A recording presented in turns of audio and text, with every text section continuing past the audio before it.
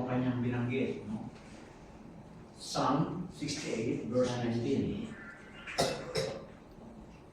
68. Purihin ng Panginoon na nagpapasan. Okay, makita niyo dito nagpapasan, no? Binubuhay. Di ba naman? God who carried us, no? Okay? Nagpapasan araw-araw. Amen. ng aming pasan sa mga pinigbagay ng Diyos ang siyang aming kaligtasan.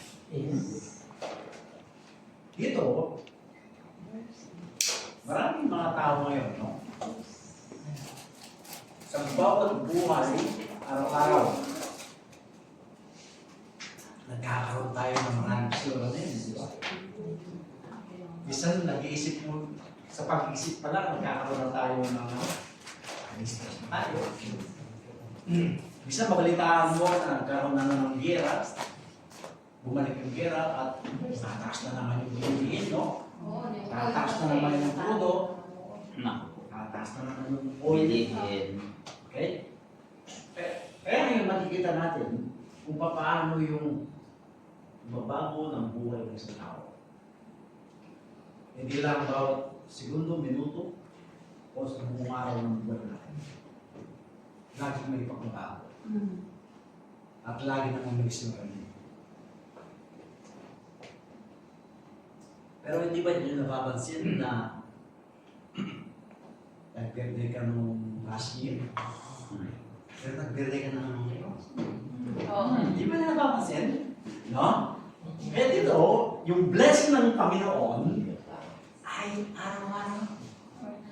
Tuloy-tuloy. Hindi umiinto ang Panginoon sa kanyang mga pagpapala. Mawawalan ka? Kaya na kasi natin, Sister G, no? Maaaring mawalan ka, pero meron pinakain. Masigit pa. Masigit pa. 50. Ganyan yung blessing kapag nasa Panginoon ka, nag-overflow. Amen. Yes. Lagi may katundong. Hindi nakakatid ang mga yan. Minsan tayo na lang yung umaayaw, no? Sa ganyan. That's the goodness of God. He bless us every day. Every moment ng ating buhay. Bawat araw pagpapala, galing sa Diyos. Ano man ang ating mga sitwasyon. Ngayon ay dapat tayo maging magla. Pasalamat sa Kanya. Even sometimes, sabi nga sa James chapter 1, even nga sa panahon ng ating pagsubok sa buhay, dapat kayong magpasalamat, maganda. Dahil ang mga bawat nangyayari sa buhay natin ay laging may plano ang Panginoon. Diyan natin masusubok, makikilala natin bakit nangyayari sa ating buhay. Yan ay isang parte ng pagkatawag natin sa Kanya. Walang taong tinawag ng Diyos na hindi nasubukan, na hindi nagkulang din. Amen? Hindi ibig sabihin na kulang na talagang kulang, kundi naging sapat ang mga bagay ayon sa kanyang pangangailangan.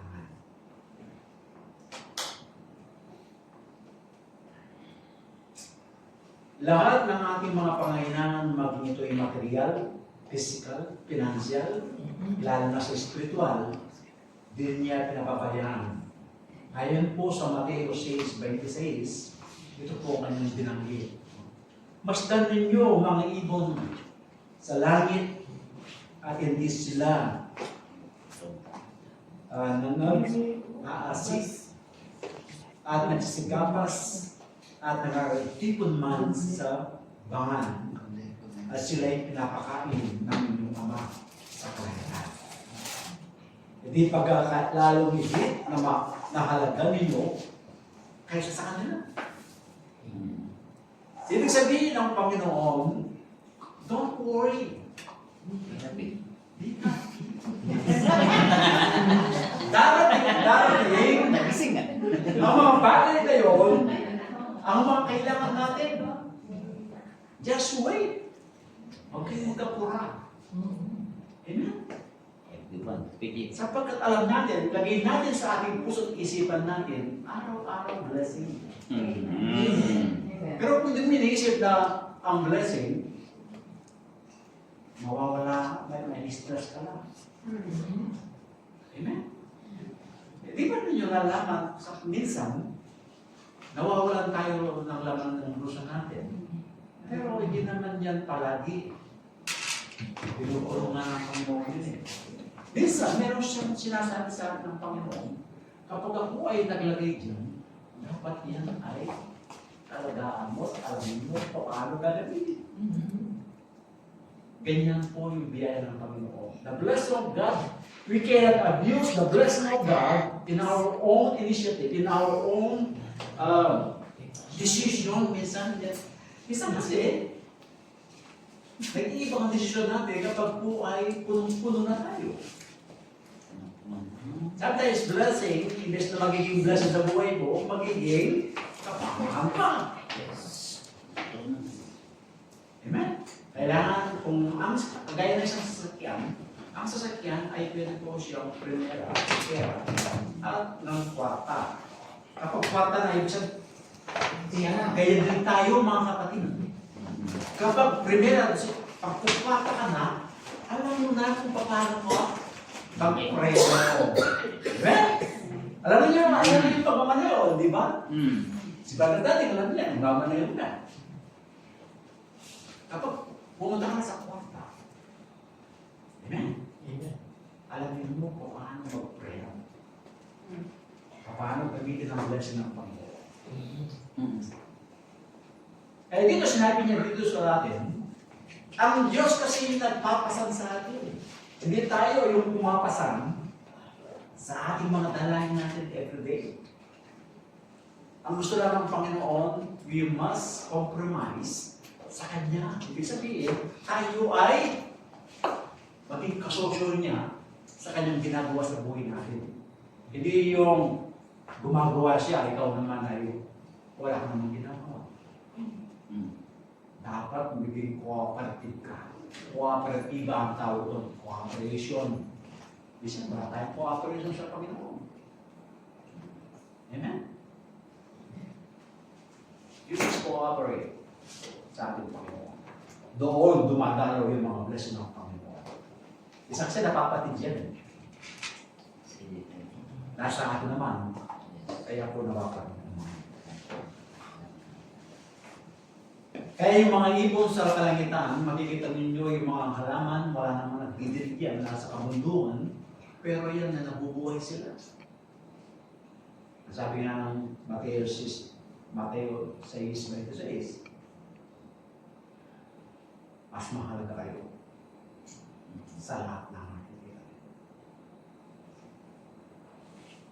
Amen? Tayo po'y manalangin. Amin naman. May ibang pinag-uutan ng galing sa Biblia.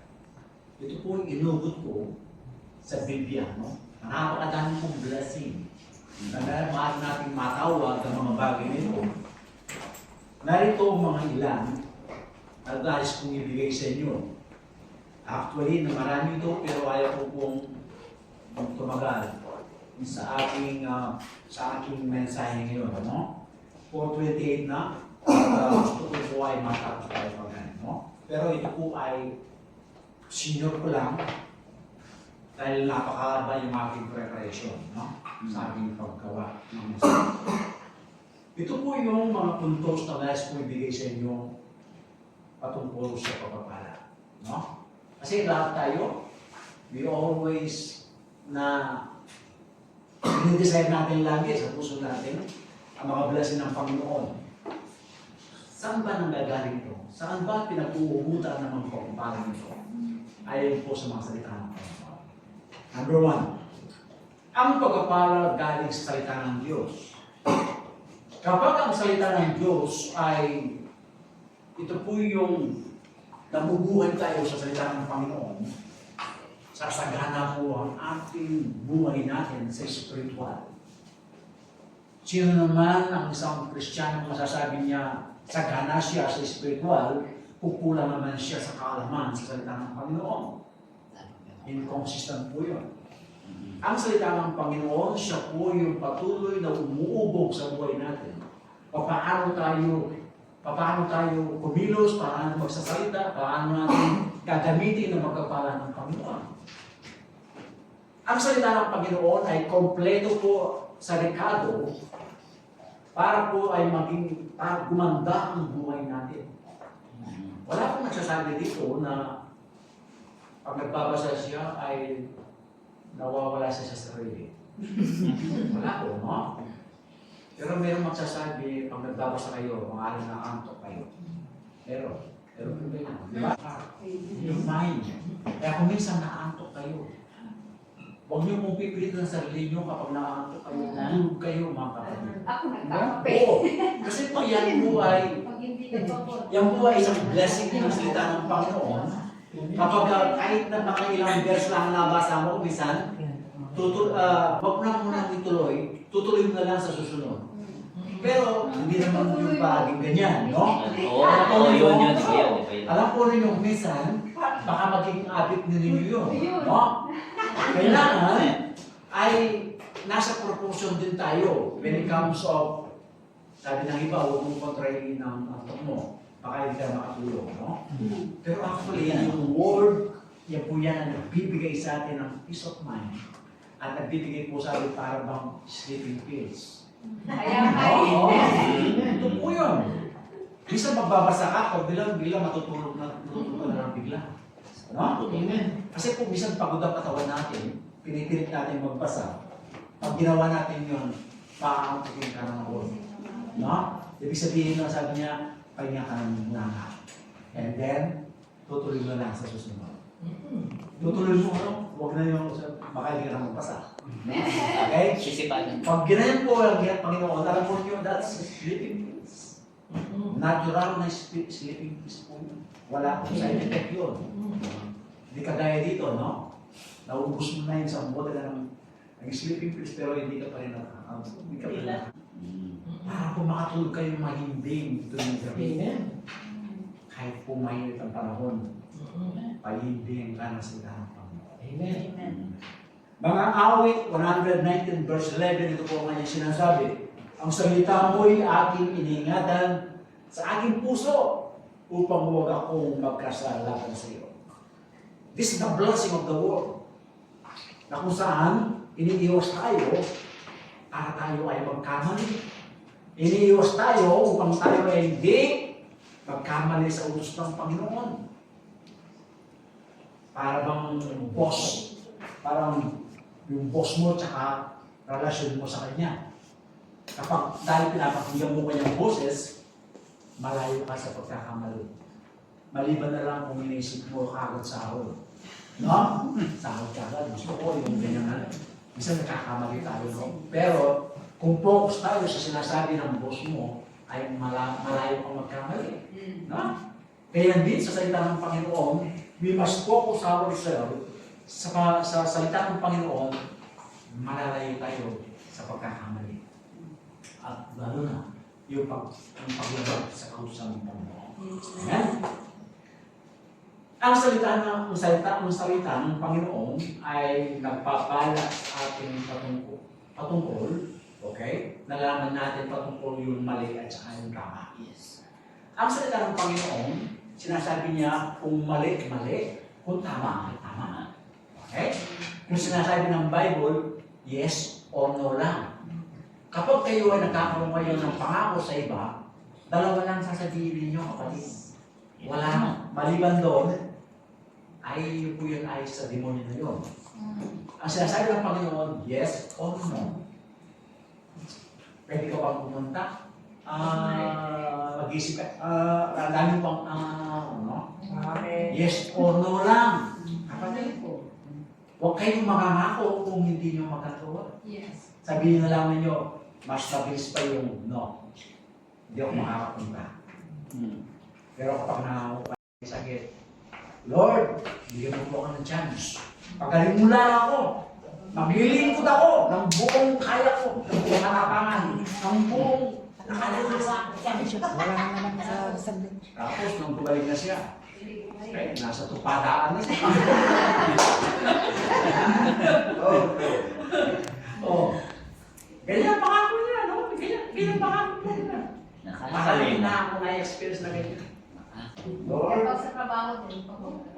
Lord, sa inyo, patayin mo na ako. Mag-i-pray ako sa inyo. Pinadala mo si Pastor Pedro dahil tinuturuan mo ako. Pero nung sinabi ko lahat ang mga bagay yun, tapos nakita mo siya. Ibang Kristo na ang Kristo. Di ba? Ibang Kristo. Di ba yung Kristo?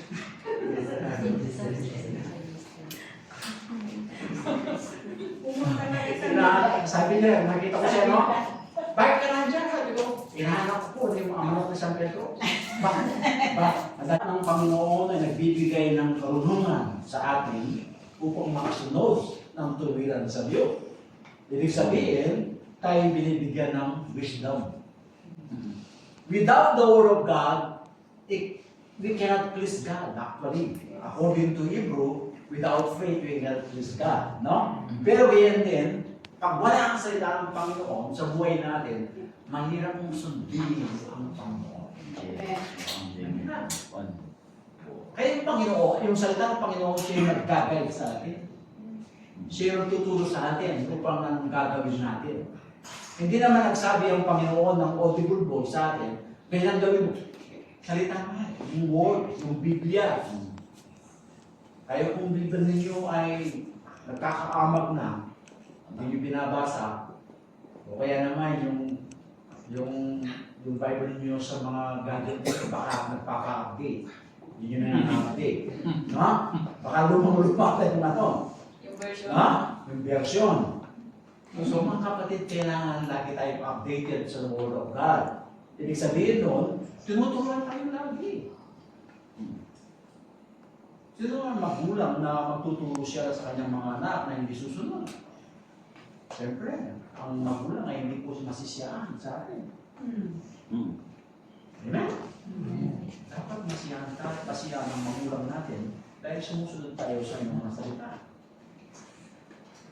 Ang salita ng Panginoon nagsisilbing panukat ng ating kondisyon spiritual. Through the Word of God, we can detect and can determine what is our spiritual condition. Kung anong kondisyon ng ating buhay. Baka tayo naman, pag makita mo kulang ka sa salita, ibig sabihin, ang spiritual condition natin ay hindi kasing lakas ng iba. O kasing galing ng iba. Diba? Kasi kulang tayo sa salita. Dahil wala po yung mga word sa buhay natin, wala tayong pang-cover sa kalaban. Kasi yung word, siya po yung bumabalo sa ating buhay. Kaya tingnan po ninyo yung bunga ng banal na Espiritu, parang bakuran yun eh. Yung mga bunga ng banal na Espiritu, kapag ikaw ay nagalit, o natomba yung patient. Diba? Napag-usapan natin yung pagkakat about pasyente. Okay? Yung pasyente. Patient. Yung patient. Okay? Kapag nawala yung pasensya, o ang lilitaw. Konsensya.